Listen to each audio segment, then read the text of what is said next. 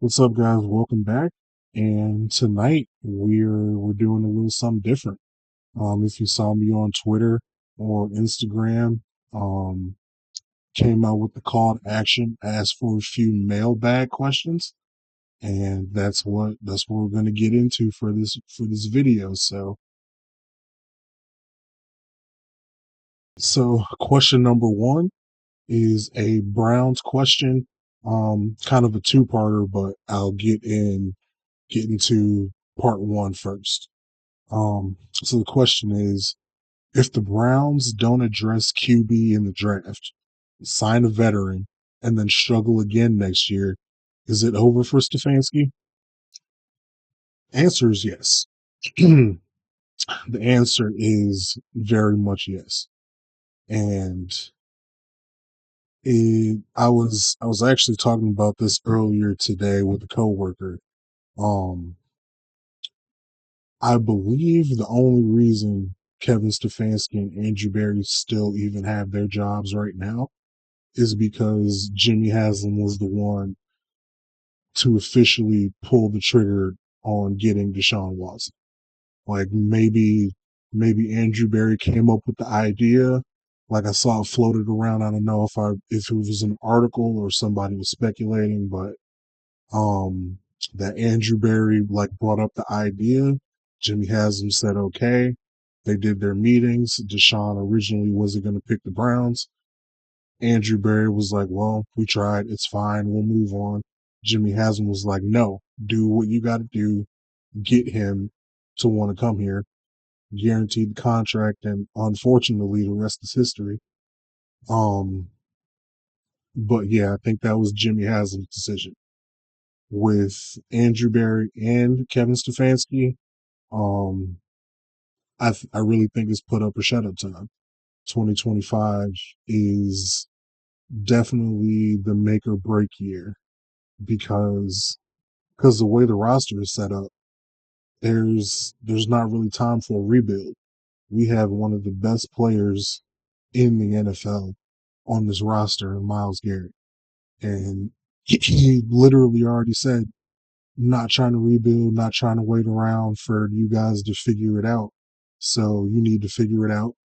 Met with front office and Browns brass, and apparently liked what they had to say. Um, But yeah, specifically Kevin Stefanski, if they go out and sign a veteran and it doesn't work, that that's gonna be it. Now I pulled up the free agent class of 2025, and it's not great. It's really not great. So at the top you have Sam Darnold. Now, unsure what Minnesota's gonna do if they franchise tag him, if they bring him back, or if he does hit the free agent market, there will be a lot of teams that want to sign him. So he may get priced out. He may be more expensive than what the Browns are willing to do. But I think just looking at the list, it's Darnold number one with the bullet of the free agent quarterbacks. And if somebody would have said that a year ago, we'd be like, okay, definitely not Darnold. But now it's a little bit of a possibility. So and then I'll just run through the rest because none are really better than others. Um, Bringing Jacoby Brissett back, Marcus Mariota, Drew Lock, Joe Flacco, Justin Fields, assuming the Steelers re-sign Russ and not Justin, because they said they're going to bring one of them back, probably not both. So I'm assuming they probably bring Russ back and let Justin walk, or bring James back for another year. Um, And then you got the Kirk Cousins decision. Atlanta's probably going to cut him, but what if they don't? What if somebody wants to swoop in and make sure they get him and trade for him? Probably not going to happen, but what if Kirk Cousins doesn't want to come here? Whatever. But, you know, at the top of the list is Sam Darnold. Second would be Kirk Cousins. And then who knows, maybe Aaron Rodgers is available, but that doesn't seem like the best move to be made either way. Um, but yeah, whatever whatever the path is, and that gets into part two of the question. Um, if we struggle, the Browns, if we struggle with the rookie quarterback, which most teams do, is he is Stefanski gone? And the answer is also yes, but slightly, slightly like has a slight better chance of keeping his job. So I think if they do draft a rookie quarterback, especially at two or either 2 or 33, if they do decide to draft a rookie quarterback, it may give them a better chance to keep, well, give Kevin a better chance to keep his job. If you kind of like think about offensive head coach, play caller paired with a young quarterback is kind of the rage right now. Seeing how Ben Johnson got hired, Liam Cohen got hired. Um, so maybe, but at this point, we can't count on the Browns front office to ever make rational, logical decisions. Um, so what I would like to say is it depends on what happens, but it'll probably just be if we make the playoffs or not. If they don't make the playoffs, he's gone. If they do, still, we don't know. It's we hate to say it, but it's the Cleveland Browns. It's Jimmy Haslam running the show. We like to think one thing, but we never know. But generally speaking, um, in both these scenarios, if they don't make the playoffs, it's probably lights out for Kevin Stefanski. And I don't know if that would be a good decision or a bad decision. I know he would definitely wouldn't be without a job for long. Even if it wasn't a head coaching job, he would definitely get an offensive coordinator job very, very quickly.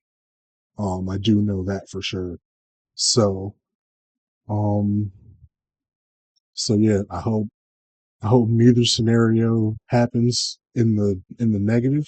I definitely hope one of them happens in the positive. If I had to lean if I had to lean away right now, I think they do go the veteran quarterback route.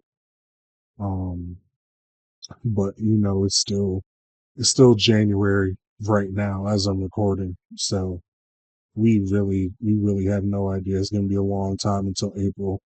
We're going to hear both sides. We're from now until the draft. We're going to have Travis Hunter, Abdul Carter, Shador Sanders, Cam Ward, Jackson Dart, Jalen Milroe. We're going to have, like, all of them are going to be Browns at one point or another from now until April. So it's no use to even really thinking about that specifically right now. Um, but I get free agency is before the draft takes place, so we may get some resolution there. Um, but yeah, um, thank you for the questions, Mike Barnow. Appreciate you. Um, the next question is: should the Browns keep Nick Chubb?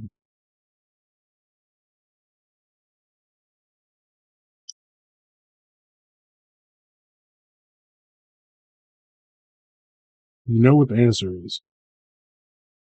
If you're listening and you follow the Browns, you're a Browns fan, and I know what your heart is telling you, and you know what your head is telling you, and you know what your eyes have seen in 2024.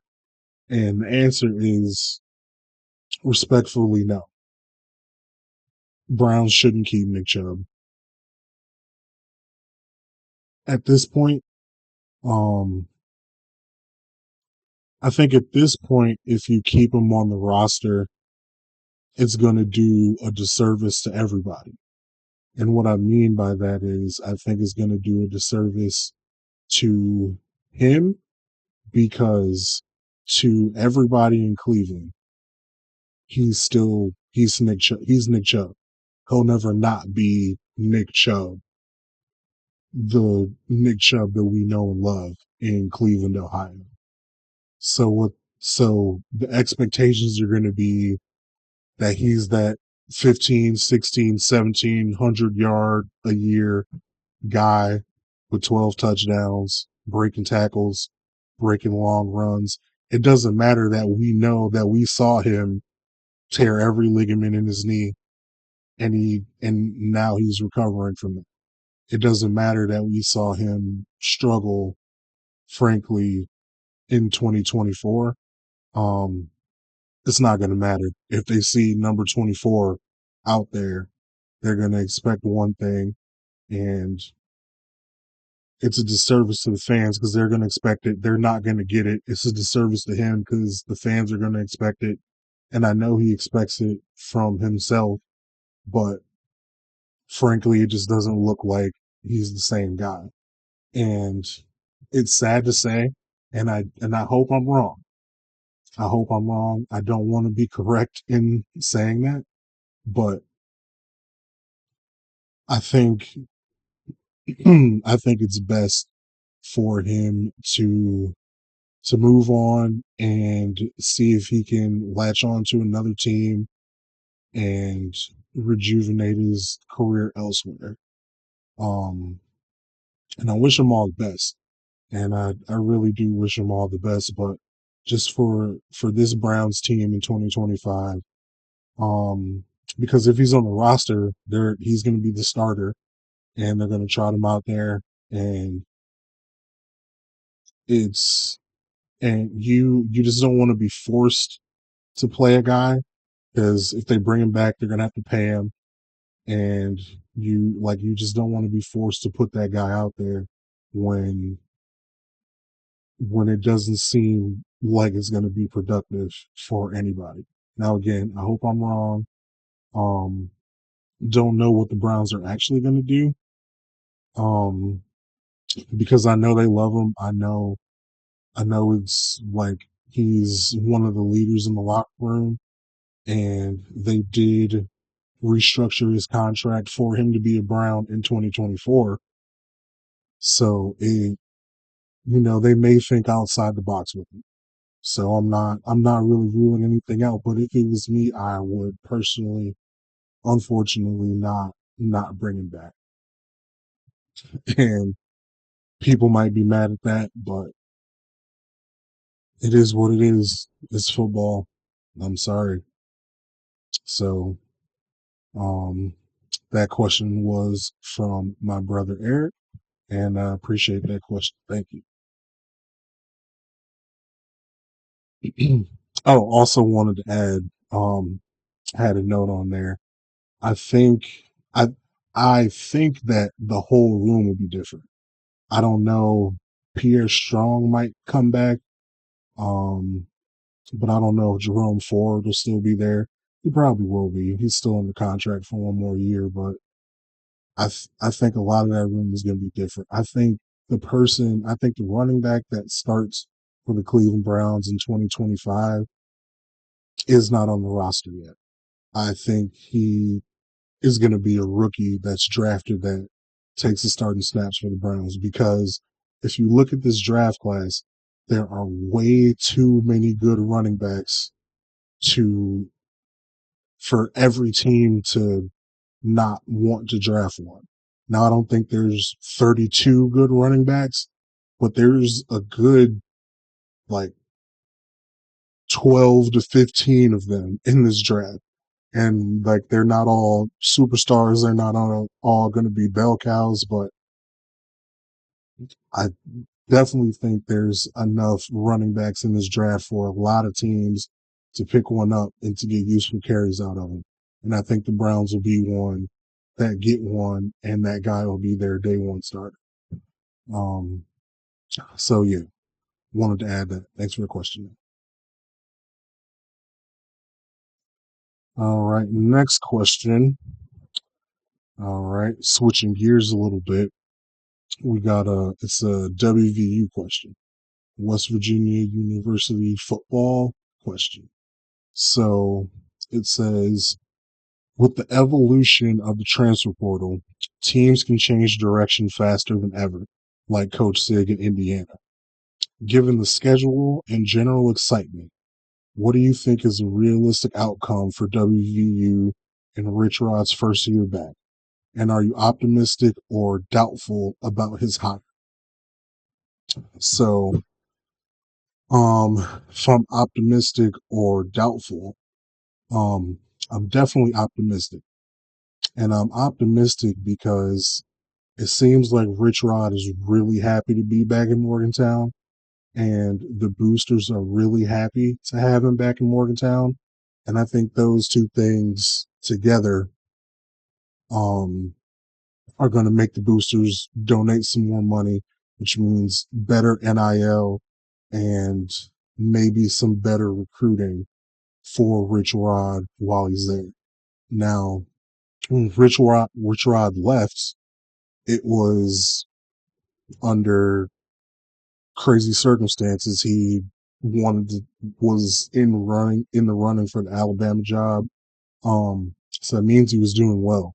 When he left, he was doing very well. So he has proven that he can do well at WVU and in Morgantown. Um, but it is a different landscape. WVU was in the Big 12 when Rich Rod was there before. He was in the Big East, and I I know personally that the Big East was a whole different animal than the Big 12 is. Not to say the Big 12 was just this huge, big, bad conference and the Big East wasn't anything special. The Big East was real football. The Big East was I formation, slobber knocker, like Jim Ross would say, football. And the Big 12 offense spread it out. When we first got there, that's what it was like. But recently, the Kansas States of the world and the Utahs of the world, they've brought a little bit of that spirit, that defensive, that run the ball, um, that well coached, that well oiled machine football to the Big 12, and hopefully Rich Rod can bring that back. Um, he did a phenomenal job at Jacksonville State. Now, I didn't look back at his Michigan and Arizona like coaching record and what he did there, but while he was at Jacksonville State, I know firsthand he was doing a great job. He was doing a very good job there. Um, Looking at who he got out of the transfer portal, I really just only looked at the quarterback, and he did get a transfer from Texas A&M that did play a little bit while Jimbo Fisher was there. Um, just a few games of experience, but in that few games in SEC, he did produce while he was on the field. Just like it was 3 games, produced 8 touchdowns, I think a couple of turnovers, but he showed that he has the capability to play Division I football, and seems like a true dual threat guy. And we know what Rich Rodriguez can do with true dual threat quarterbacks. Um, so as far as long term viability, I'm very optimistic. Um, because he knew what he was doing then, and he knows what he's doing now, and both sides are ecstatic and happy to be there. So I think that makes it's going to bring nothing but success in the long term. Um, Now short term, year one, I would like to, and I know I said all that glowing stuff, but year one, I want to temper expectations. Um, I think bowl eligibility for West Virginia is always the bare minimum.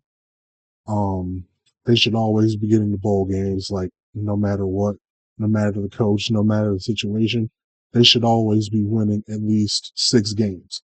But normally their ceiling isn't ever really much higher than that. just given the nature of recruiting and who's been the coach there and the personnel that they've had. Now when West Virginia has really good talent, we've seen what they can do. I have a ring right back there that's a Orange Bowl ring.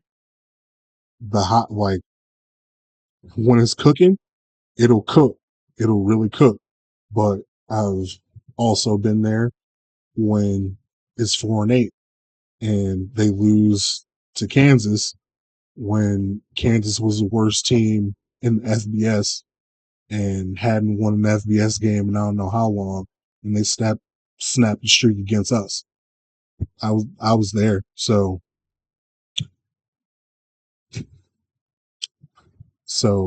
I just want to temper expectations. I think year one bowl eligibility, just make sure you get to a bowl game, and with who's on the roster, don't think that should be an issue. Um, Given the schedule, out of conference isn't anything crazy. You have Pitt. I think you should beat Pitt. Um, and then you got the Big 12 schedule. Big 12 every year, anything can happen. Um, Now I don't expect them to be Big 12 championship contenders, but anything is possible. I I personally was one of the biggest Colorado believers in America, and I didn't see it coming last year when they were a game or two off of the Big 12 championship. So literally in this conference, anything can happen. Um, but I'm not going to expect it. I'll be very happy if it happened, but definitely not expecting it. So year one, temper expectations, bowl eligibility, be super happy with 8 wins. Um, be super happy with a nice bowl game in at the end of December 2025. Um, and then after that, see how recruiting goes, see how that kicks into gear, and see what happens in the transfer portal. Because West Virginia should be a major destination in the transfer portal from guys that go all over and it doesn't work out at those top tier programs and they need somewhere to get some reps at. West Virginia's waiting for you right here. So again, temper expectations, but it should be a good year. We should be going bowling in 11 months. So excuse me. But yeah, so Dom, WVU, my guy, thank you for the question. Appreciate you. Um, all right, so these next two and the last two, um, were about me specifically, asking me about my own personal football career. Um, you see a big plaque right there. Let me move out the way. Get that get that in camera, get that in view while I talk about myself. Um, so that first question is, how did you know it was time to step away? And that's a real interesting question, and it's a real simple answer. Now, usually when people ask me in real life, I really don't want to get into it. So somebody asks me, "Oh, why do you want to keep playing football? What happened?" Well, I just say, "Oh, it's concussions, whatever, concussions," and then because that's such a hot button topic, everybody's like, "Oh, yeah, yeah, no, I get it, yeah, yeah." Um, but it's really not even that. It's more simple than that. It's just I knew it was time to walk away because they told me it was time to walk away, basically.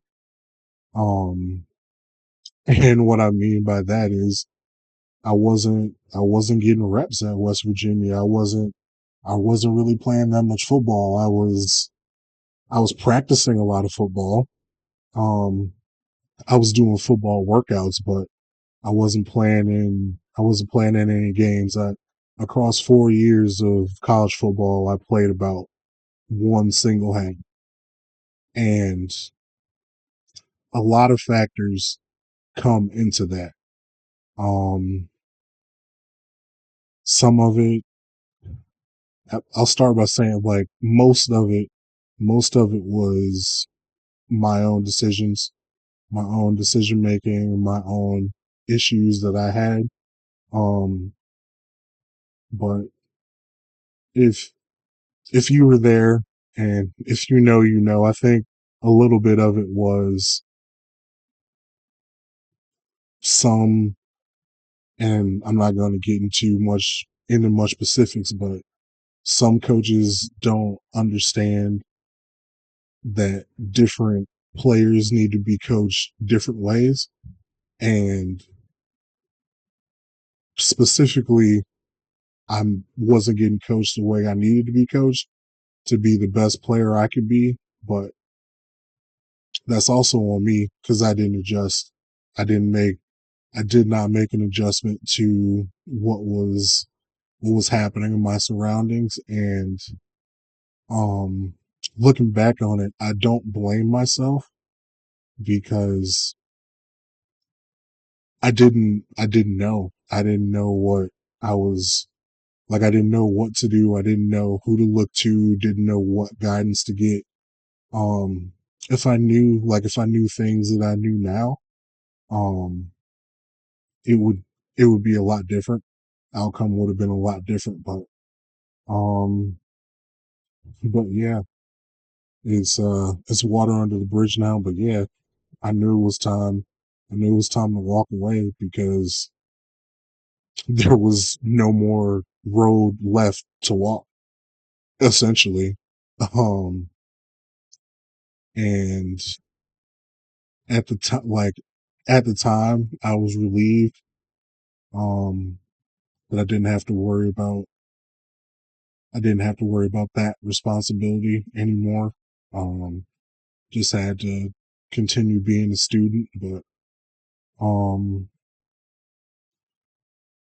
but yeah, um, but yeah, that's how I knew to walk away because they told me when it was time to walk away. But also when I do tell people that it was concussions, that's partly true because if I did continue to keep playing football, I don't know what my body would have been like because every single year, like clockwork, in in the summer I would pull my hamstring, and in the fall I would get a concussion, and then sometimes mid-season get another concussion. So maybe maybe my maybe my brain and my hamstrings weren't built for that life. So um so yeah, that's that's when I walked away. And the the last question, finished on a little bit of a lighter note, it's from the same person. Um and it was, what was it like getting recruited out of high school? Now, the simple answer is fun but stressful.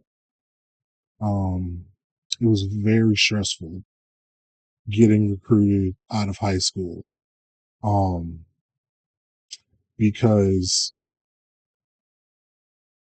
college coaches are ruthless and relentless, and if they want something or they need something, they will not stop until they get it, and that includes players. So, and that's how they got to be where they are, by being ruthless and relentless and not like not taking no for an answer in a positive way. Um, but yeah, stressful because if you don't get it under control, they'll call you every day. They'll call you every night. Um, they will come see you if they're in town, they'll come see you at school. They'll like it's just a constant stream of interactions if they want you bad enough. And as as a high school kid, it's hard to manage because you want to be respectful and you don't want to turn them off or like turn them away. You don't want them to not want you anymore. But it's also like, man, I actually got to do some homework. I need some time to turn my phone off and actually think or study. Or I'm also 17, like I want to go to the movies and stuff like that. Um, but it was fun because, there's a, for me anyway, there was a realization like, wow, like I know for sure my dreams are coming true. Like I had a goal, I set out goals to get scholarships from schools and be able to pick what school I wanted to go to. And I was able, I was able to do that. And that was a really good feeling for me when I was, um, going into my senior year of high school. Um, the process for me, like recruiting is way different now than it was when I was a senior. Um, I got I got my offer, like I got my scholarship offers late in the process, like right before my senior year started. Um, so I spent my senior year fielding, fielding calls um, from the few schools that I was getting interest from, and didn't go on official visits until um, January, so like a few months before I graduated and was off to college. So um, took took two took two official visits, took an official visit to Ohio University, and then the next week ended up taking a visit at West Virginia and ended up at West Virginia. So so yeah, like long story short, it was stressful, but it was fun. It was a lot of fun to get recruited, to know that coaches wanted you, um, that they wanted you in their program. And I'll I'll never forget the first scholarship offer that I got was from Matt Campbell, who is the head coach at Iowa State now. He was the offensive line coach at Toledo at the time. And he was like, "Yeah, man, we watched you grow, we watched you set goals, and we watched you hit it all summer, and we really like your work ethic, and we really appreciate who you are as a person. And man, I just want to offer you a scholarship to the University of Toledo." And that was the first one, and I was like, "Wow, wow, okay, thank you." Um, like I knew I shouldn't like take it right on the spot because I knew that's not how it works. But I'm like, damn, should I? Also in my head, like, damn, should I say I'm coming? Like, I don't know. I don't know anything about Toledo. Um, so I'll never forget that first one. And then after the first one, the next one started coming in, and I remember vividly sitting in class, and I was like, man, I really did it. Like I know for sure, like my college is paid for. Like if nothing else happens, like my college is paid for. And that was a really, that was a really nice feeling to have. Um, so, so yeah, that was, so yeah, I appreciate the questions. So shout out to Becky. Uh, thanks for, thanks for giving me those questions. I appreciate you. And, so yeah, that was the mailbag. That was 30 plus minutes of me yapping my head off, talking your ears off. Um, to once again want to say anybody subscribed, anybody listening, anybody watching, um, to everybody that sent in questions, I appreciate you. I thank you. I'm grateful for you.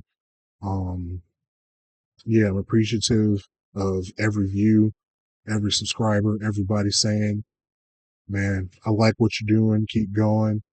Um, so yeah, very grateful to everybody.